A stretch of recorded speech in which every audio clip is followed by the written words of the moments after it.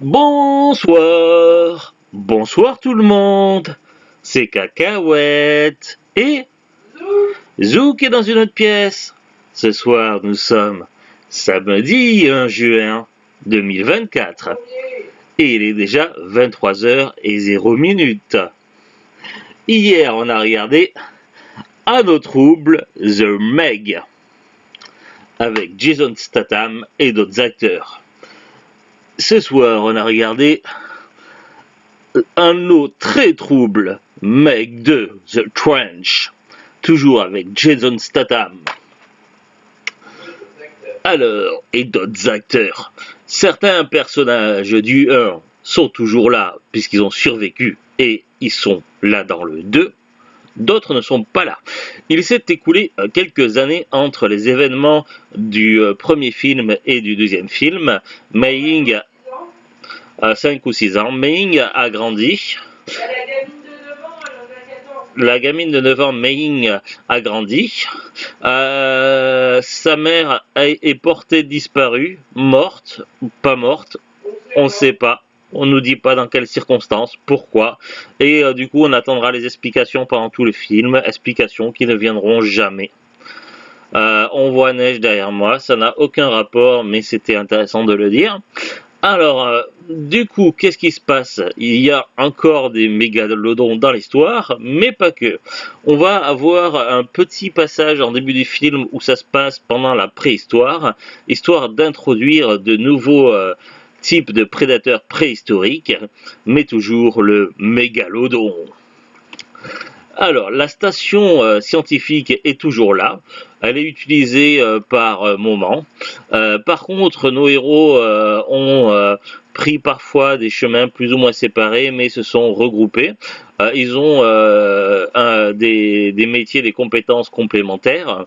Il va y avoir en plus l'oncle de Mei-Ying qui n'était pas là dans le 1, mais qui est là, qui est un scientifique, aventurier, qui n'a pas peur, et du coup l'histoire prend un petit peu des éléments sur Jurassic Park, ou plutôt Jurassic World. On sent un peu beaucoup des aspirations, puisqu'il va être le cas de figure d'un mégalodon domestique. Et oui, ça c'est déjà fait, Jurassic World l'a déjà fait. Bref, cette fois-ci, c'est avec un mégalodon. Bref, apprivoiser un mégalodon, ça semble possible, mais pour beaucoup de personnes, ça semble être une grosse connerie, notamment le héros qui n'y croit pas du tout. Toujours les types qui vont devoir revenir là où tout a commencé, dans la station de recherche, pour poursuivre leur recherche et tester de nouveaux équipements, notamment des espèces d'armures exosquelettes qui font penser un petit peu à des armures assistées, et notamment où les personnages sont munis d'appareils qui ressemblent étrangement à des Pip-Boy. Bizarre. Alors, évidemment, la fille n'a pas écouté son père adoptif, qui n'est d'autre que le héros, et elle s'est embarquée dans l'aventure où finalement tout ne va pas très bien se passer, et ils vont se rendre compte qu'il y a une autre équipe scientifique concurrente dont on ne sait encore rien, qui s'est installée également sous la partie, je sais pas comment ça s'appelle, qui est sous la fosse de Marianne. Bref, donc il y a des scientifiques, ou plutôt des gens, et avec des mercenaires. Encore un milliardaire. Il y avait un milliardaire bête et cupide dans le 1. Là, il y a une milliardaire cupide et méchant. Il y a des mercenaires, il y a également du sabotage. Parmi les héros et survivants du premier film, il y a un ou une traître, je ne dirai pas qui pour ne pas spoiler, mais évidemment, parmi les survivants, il y a quelqu'un qui a décidé de changer de camp et qui en a plus rien à battre de ses amis, quitte à vouloir les tuer. L'argent, c'est apparemment ce qui compte. Bref, super la morale. Sinon, qu'est-ce qui se passe d'autre? Finalement, des bestioles vont sortir de sous la fosse des Mariannes, des mégalodons, forcément, mais aussi une pieuvre gigantesque et des espèces de monstres semi-marins, semi-pas marins, qui ressemblent à des ancêtres de crocodiles. Ou alligators, mais en plus vif et en pas très sympathique. Du coup, tout ce bordel va finir par se retrouver dans une première partie qui va se passer sous l'eau avec qu'est-ce qui se passe, c'est quoi ce bordel, il y a du terrorisme, il va y avoir également des affrontements dans la station scientifique. Notre ami héros peureux, terrifié dans le premier, je ne parle pas de Jason Statham mais d'un autre personnage qui était assez terrifié, qui ne savait pas nager dans le premier film. Finalement il redoutait que ça parte de nouveau en cacahuète et du coup il s'est fin préparé. Il a appris à nager. Il pratique les arts martiaux, il a appris à se servir d'armes, il a notamment non, mais je dis pas qui. Je n'ai pas dit qui. Mais cet personnage a également une arme, un gros calibre. Bref, le gars ou la fille est très préparé. Et évidemment, tout ce petit monde va être regroupé de nouveaux personnages prêts à se faire croquer par les différentes créatures. Bref, tout ça se passe en plusieurs parties. Et vers la fin, la dernière partie, ça va être en milieu public. Il y a des gens qui vont se baigner, faire la fête, tout ça. Et évidemment, tous les monstres vont se regrouper. Ça va partir en freestyle dans tous les sens. Et évidemment, il va y avoir des affrontements, des crocs, des miam-miam et un happy end comme dans le premier film. Ce film-là, au niveau du scénario, est quand même un peu plus original que dans le premier, où c'était trop convenu, où c'était trop classique. On sort un peu des sentiers battus. Bon, après, les requins ne font pas vraiment peur, même s'ils sont quand même assez impressionnants. On a un peu plus de plans variés au niveau des mégalodons et des attaques. Ouais, ça fait un peu moins ridicule. Je trouve ce deuxième film, The Meg 2, un peu plus frais. Les personnages un peu plus intéressants. Globalement, moi, autant le premier film, Mégalodon 1, The Meg, un autre trouble, je trouvais assez moyen dans l'ensemble. Autant celui-ci, franchement, il sort du lot. Les personnages sont tous plus ou moins intéressants, avec des retournements de situation. Bon, évidemment, il y a des moments où c'est quand même un petit peu cliché, mais voilà, on est quand même sur un niveau global de qualité légèrement supérieur au premier film The Meg. Avec que ce soit les personnages, les créatures ou l'intérêt de la découverte, je l'ai trouvé plus frais et finalement c'est ce qui compte, c'est passer une bonne soirée.